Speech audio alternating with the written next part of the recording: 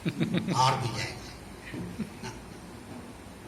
हम यहाँ आया है और बहुत आएगा। इस टाइप के मरकुस 25 सुषमाचार।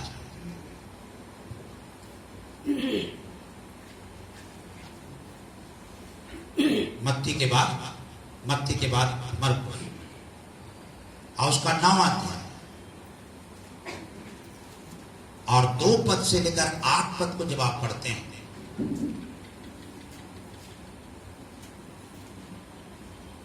तो यहां की घटनाओं को जब आप पढ़ेंगे, मैंने पढ़ा, पढ़ने से मुझे पता चला कि हमको 3 मंडप बनाने की आवश्यकता है। 3 मंडप।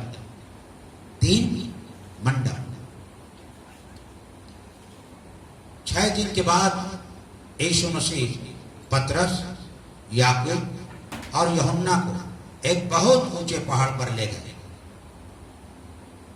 और जब वहां वो प्रार्थना में बैठे तो अचानक उसके चेहरे का रूप मानो बदल गया। उनके चेहरे से तेज किरणें निकलने लगी और उसका वस्त्र अति उज्ज्वल हो गया। यहां तक कि इस पृथ्वी पर कोई धोबी भी ऐसा नहीं कर सकता, इतना प्रकाश से वो भर गया। चेले ये सब देखकर थोड़ा घबरा गए कि क्या हो रहा है। हमने प्रभु को कभी ऐसा नहीं देखा जैसा आज देखते। तभी जब वो ये सब कुछ देख ही रहे थे तब आसमान से मूसा और एलिया उस पर्वत पर उतर और वो प्रभु यीशु मसीह से उसके मृत्यु की चर्चा कर रहे थे। ये सब कुछ देख करके चेले बहुत खुश हो गए। तब पतरस ने कहा कि प्रभु, हमारा यहां रहना अच्छा होगा, इसलिए हम 3 मंडप बनाएंगे, एक तेरे लिए प्रभु और एक मूसा के लिए और एक एलिया के लिए मंडप बनाएंगे। तभी एक बहुत बड़ा बादल पूरे पर्वत के ऊपर छा गया और वहां से आकाशवाणी हुई, यह मेरा प्रिय पुत्र है, इसकी सुनो। यह आवाज आई और वो बहुत डर गए और सब कुछ पहले की तरह हो गया। तब यीशु मसीह ने चेलों से कहा, जो कुछ तुमने देखा और सुना है ना, देखो किसी से मत कहना। वो नहीं चाहता था कि उसकी मृत्यु की चर्चा चेले करें। तो पतरस ने कहा कि हम 3 मंडप बनाएंगे, एक तेरे लिए प्रभु और एक मूसा के लिए और एक एलिया के लिए। आज हमको प्रभु के लिए मंडप बनाने की आवश्यकता है। पतरस जो कुछ कह रहा है वो तो नहीं जानता कि वो क्या कह रहा है, पर पढ़ने के बाद हमको समझ में आ गया है वो ठीक कह रहा है। एक मंडप की आवश्यकता है प्रभु को। प्रभु एक मंडप चाहता है। एक दिन मूसा अपनी भेड़ बकरियों को, निर्गमन की पुस्तक 3 अध्याय में ऐसा लिखा है, चलते चलते मैं बता रहा हूं, भेड़ बकरियों को चरा रहा था, तभी एक झाड़ी में आग लग गया। पर वो झाड़ी भस्म नहीं होती, वो हरी भरी थी पर वो जल रही थी। उसकी लपटें ऊंची उठ रही थी, आग की लपटें। और मूसा उसको देखने के लिए आगे बढ़ा और वो और पास गया। तभी आवाज आई, मूसा पैर से जूती उतार ले, क्योंकि जिस स्थान पर तू खड़ा है वो पवित्र भूमि है। ये वो मूसा है जो भेड़ बकरियों को चराता था। और उसके बारे में आपने बहुत कुछ सुना है, कैसे परमेश्वर ने उसको मिस्र देश में भेजा अपनी प्रजा को आजाद करने के लिए, और वो आजाद करके उनको ले आया। और एक दिन परमेश्वर ने मूसा को सीनै पर्वत पर बुलाया, उसको होरेब पर्वत भी बोलते। सीनै पर्वत होरेब पर, वहां बुलाया और उससे कहा कि मिलाप वाला तंबू मेरे लिए बनाना, मैं तुम्हारे ही बीच में निवास करूंगा। हालेलुया। हम 3 मंडप बनाएंगे प्रभु, एक तेरे लिए। परमेश्वर स्वयं चाहता है कि वो मनुष्यों के साथ उठे और बैठे, जबकि असंख्य स्वर्गदूत हैं।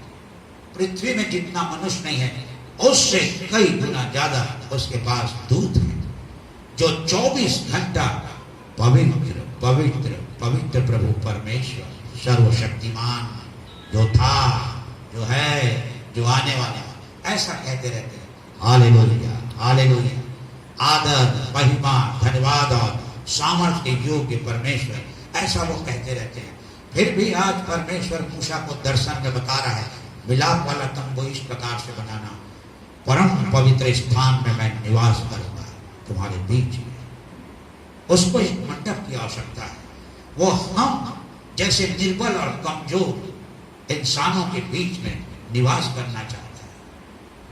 देखो वो कितना अच्छा परमेश्वर है। पृथ्वी वैसी नहीं है जैसा स्वर्ग है, और हम उसकी कल्पना भी नहीं कर सकते। पृथ्वी अंधकार में डूबी हुई है, पृथ्वी पाप में डूबी हुई है, पृथ्वी अज्ञानता में डूबी हुई है।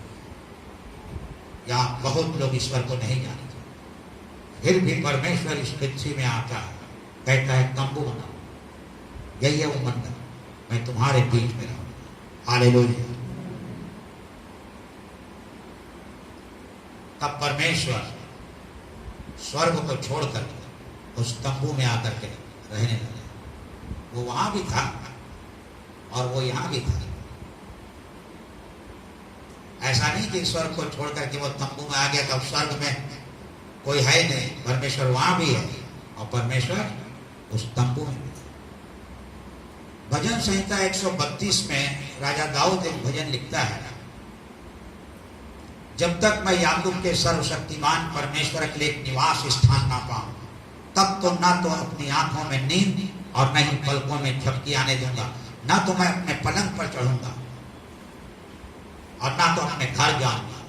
ये सारी बातें राजा दाऊद के अंदर एक दिन ये बात आई, क्योंकि राजा दाऊद अपने महल को बहुत ही अच्छे लकड़ी से बनाया था,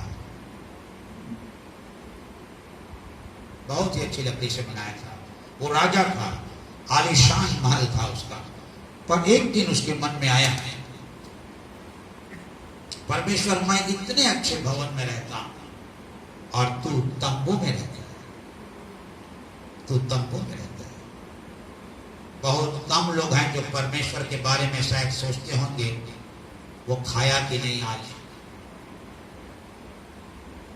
आज वो परमेश्वर आराम किया कि नहीं। बहुत कम लोग सोचते हैं परमेश्वर के बारे में। परमेश्वर ठीक ठाक तो है ना। तो राजा दाऊद सोचा कि मैं इतने अच्छे घर में रहता हूं और परमेश्वर तंबू में निवास करता है, अब ऐसा नहीं होगा, मैं उसके लिए आलीशान महल बनाऊंगा।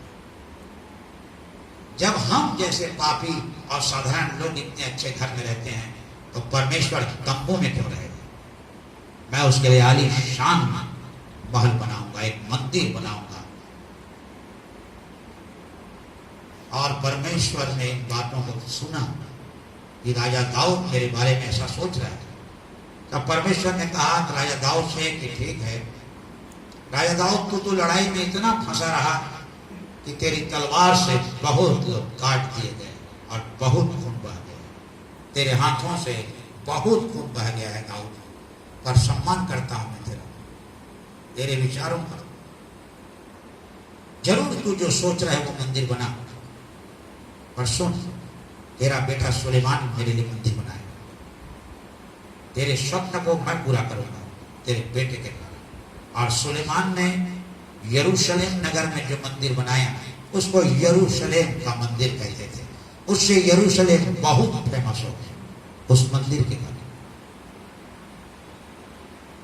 बहुत ज्यादा नाम हो गया यरूशलेम का उस मंदिर के कारण।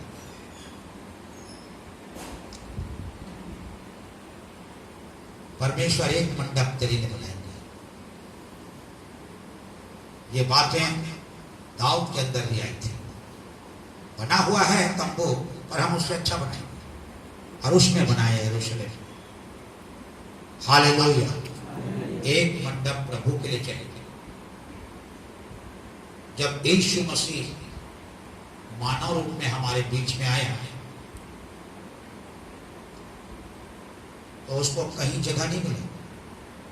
उसको मंडप चाहिए था, उसको एक मंदिर चाहिए था, और उसको जगह नहीं मिली। यूहन्ना की सुसमाचार उसका 1 अध्याय और 11 पद में क्या लिखा है? वो अपने घर आया और उसके अपनों ने उसे ग्रहण नहीं। कौन है वो मंडप? प्रजा के लोग जिनके बीच में वो उठना बैठना चाहता है। वो अपने घर आया और उसके अपनों ने उसे ग्रहण नहीं किया, और यीशु मसीह को ठोकर लगा अपनों से। इस कारण एक दिन यीशु मसीह मत्ती की सुसमाचार उसके 8 अध्याय के 20 पद में बड़े दुख के साथ कहा, लोमड़ियों के भट्ट और आकाश के पक्षियों के बसेरे हैं, पर मनुष्य के पुत्र को सिर धरने की भी जगह नहीं है। ये बहुत दुख के साथ आज उसको मनुष्यों के बीच में सिर रखने की जगह चाहिए, जो इस्राएल में उसको नहीं मिला। आज भी यीशु मसीह घर की तलाश में है, मंडप की तलाश में है, मंडप की तलाश में। वो घर खोज रहा है। एक दिन यीशु मसीह को तो फिर बहुत सारे घर मिले, पर एक घर मिल गया यीशु मसीह को। और एक दिन रास्ते में जगते यीशु मसीह का इंतजार कर रहा था। वो उसको देखना चाहता था। उसको चंगाई नहीं चाहिए, उसको पैसा नहीं चाहिए, वो बहुत धनी था, उसको कुछ नहीं चाहिए यीशु मसीह से। बस मैंने यीशु मसीह का बहुत सुना है नाम, मैं एक बार उसको देखूंगा, वो दिखता कैसे। और वो देखने के लिए पेड़ पर बैठा था, और यीशु मसीह भीड़ के साथ आ रहे थे, और वहां रुके और उसका नाम लेकर गए, जबकि नीचे आ गया, आज मुझे तेरे घर में रहना आवश्यक है। वो समझा कि वही घर जहां पर मैं रहता हूं, और वो आनंद से उतर कर उसे घर को ले गए।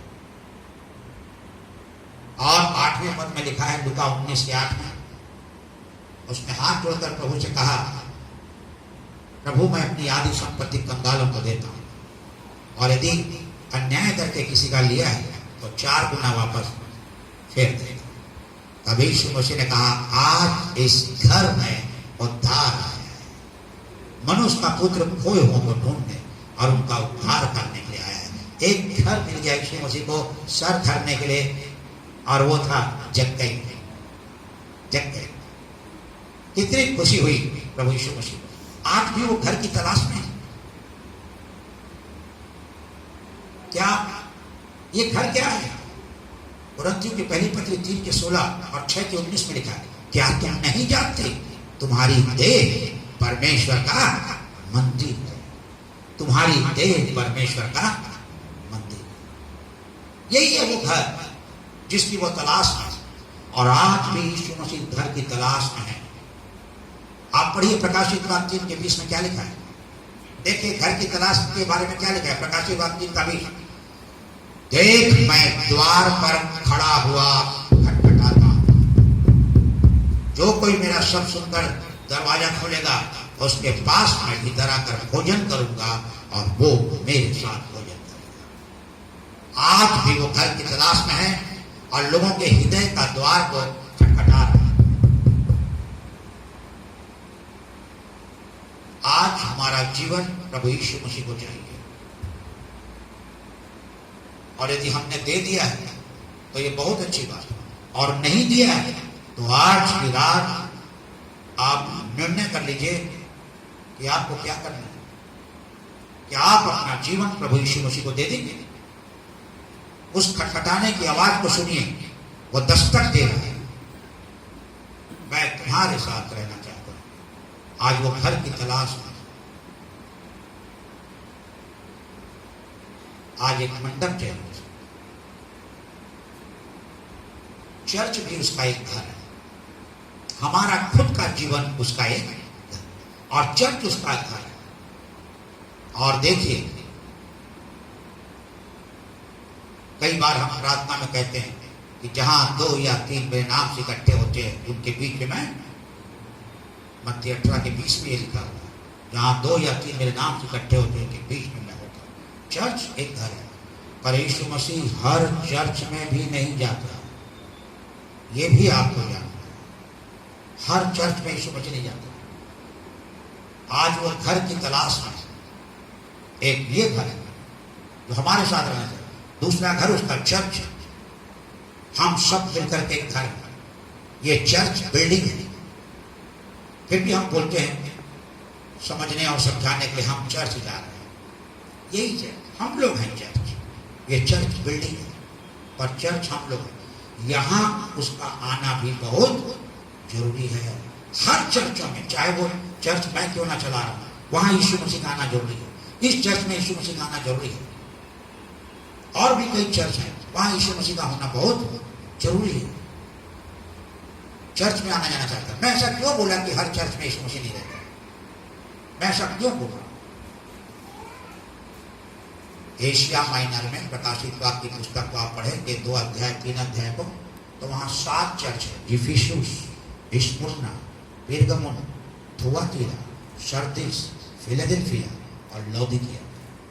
और जब आप लौदीकिया की कलीसिया के बारे में पढ़ेंगे तो वहां परमेश्वर बहुत दुखित है।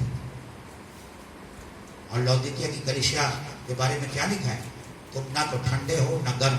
अच्छा होता कि तुम ठंडे होते या फिर गर्म होते, तुम गुनगुने हो, मैं अपने मुंह से तुमको उगलने पर। तुम कहते हो कि हम धनी हो गए और हमें किसी बात की घटी नहीं। परमेश्वर कहता है सोना मुझसे ले लो और धनी हो जाओ, और आंखों में लगाने के लिए सुरमा ले लो, ये अच्छे से देखने लगो, और श्वेत वस्त्र ले लो और अपने नंगेपन को ढांप लो। तो इस कलीसिया के लोग कैसे थे?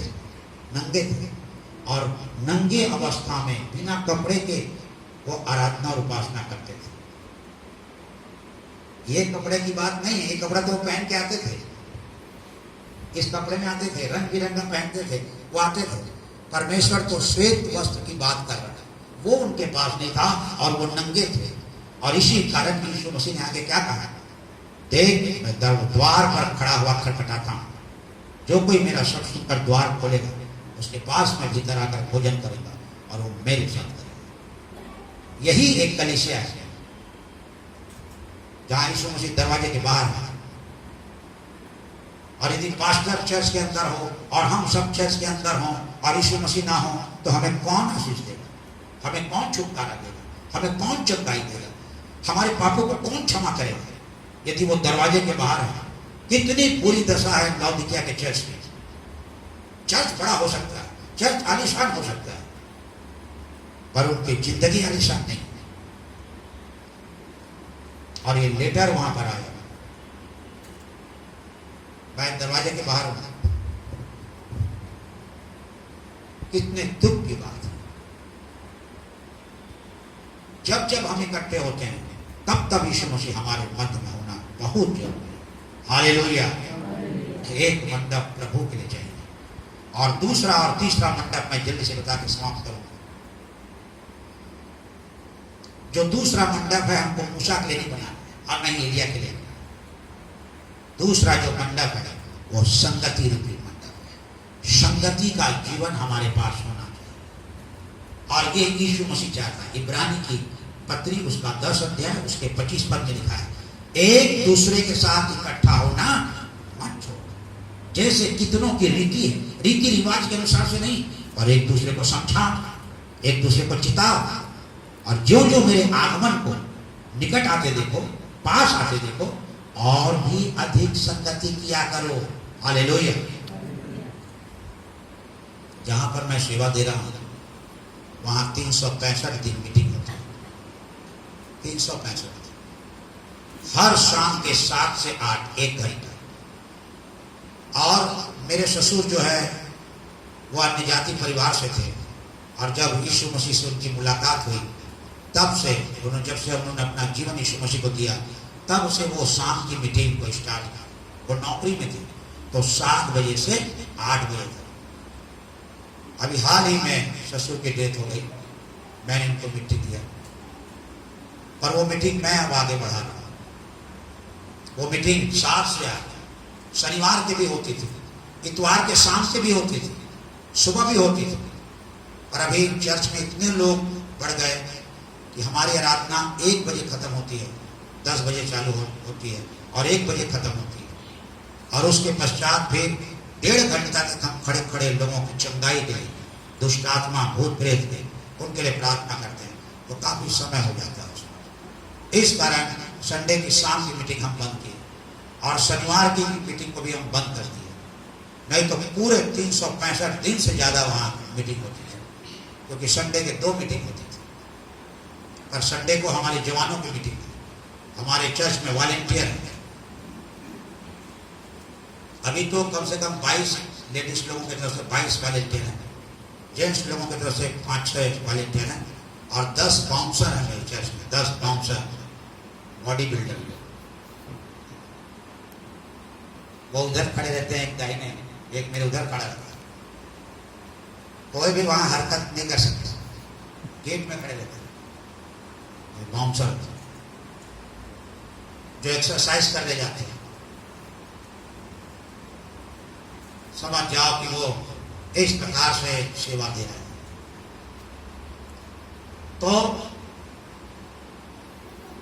संगति रोज शाम के, अभी 7 बजे से होगी, आप घड़ी देखिए कि 7 बज गया होगा, तो 7 से 8 अभी मीटिंग वहां चलती होगी 1 घंटा की। तो ज्यादा से ज्यादा परमेश्वर क्या कहते हैं, संगति, ज्यादा से ज्यादा संगति। और संगति का बहुत अच्छा असर होता है।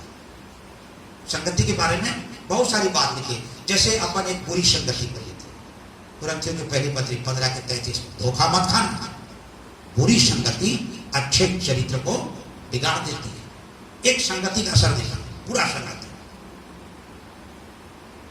अभी आप बैक टू हेवन देखेंगे तो उसमें क्या है, उड़ाऊ पुत्र के बारे में बताया। उड़ाऊ पुत्र कैसे बिगड़ा, बुरी संगति, वहां सब आपको दिखाया जाए। आप कोयला जानते हैं, कोयला, लकड़ी जलाते हैं तो कोयला, काला कोयला, आप उसको आग में डाल दो, वो आग की संगति में आ गया, अब वो आग के बीच में आ गया, उसकी संगति में है, सबसे पहले उसका कलर चेंज हो गया। दूसरी बात, उसमें चमक आ गई। और तीसरी और खतरनाक बात उसमें आ गई, जला देने की ताकत। कैसी हुआ है, वो उसकी संगति में हो गई, वो आग की संगति में आ गया, उसका कलर चेंज हो गया, उसमें चमक आ गई, एक रोशनी आ गई। और तीसरी बात, जला देने की ताकत आ गई। जब हम भी परमेश्वर के साथ संगति करेंगे तो हमारी आत्मा में भी चमक आ जाएगी। हालेलुया। और लोगों को बचा करके निकाल लेने की ताकत आ जाएगी, जो लोग आग में झुलस रहे। संगति का ऐसा असर होता है, संगति का अच्छा और बुरा असर होता है। अच्छी संगति का अच्छा असर होता है। नीति वचन की पुस्तक 13:20 में लिखा है, बुद्धिमानों के साथ संगति करो, तुम भी बुद्धिमान होगा, तुम भी बुद्धिमान हो। एक पेड़ में तोता का घर था, जिसको अपन मिट्टू बोलते हैं। तोता, इधर क्या बोलते हैं, तोता बोलते हैं, सुआ, हाँ आप लोग जानते हैं, जो हरे रंग का होता है, तोता। उसका घर था, उसके 2 बच्चे थे घोंसले में, बहुत ऊंचे में वो बनाए थे। और वो बच्चे लोग अपने मम्मी पापा को उड़ते हुए देखते थे, उड़ते हुए आ रहे हैं, उड़ते हुए जा रहे हैं। धीरे धीरे उनका पंख आया, तो वो भी पंख को घोंसले में हिला दिया। एक दिन एक बच्चे से रहा नहीं गया, बोला मैं भी मम्मी और पापा की तरह उड़ूंगा। और वो वहां से उड़ा और ज्यादा दूर तक उड़ नहीं पाया, अब वो गिर गया जंगल में। और वो एक आदमी के हाथ लग गया। वो आदमी भला आदमी और अच्छा आदमी था। वो उस बच्चे को पकड़ लिया और एक पिंजरा में रख दिया। जो कुछ वो आदमी बोलता उसको धीरे धीरे तोता सीखने लगा।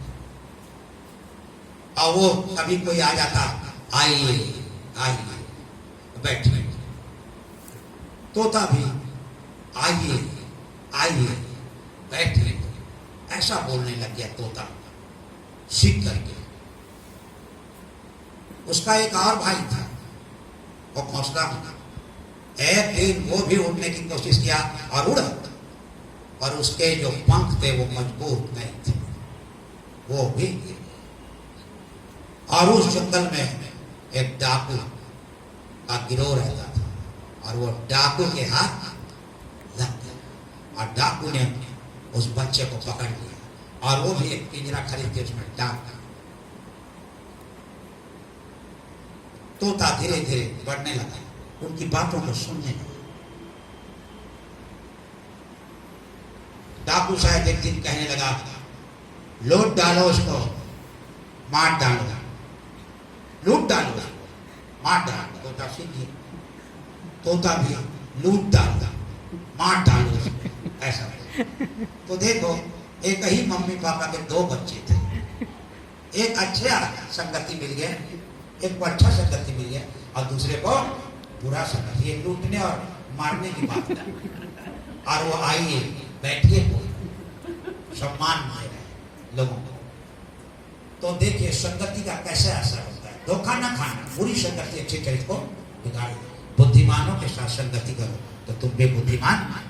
तो आज संगति रूपी मंडप हमको चाहिए, संगति ज्यादा से ज्यादा हमको करना। और तीसरी और अंतिम बात जल्दी से बता के मैं समाप्त कर रहा हूँ।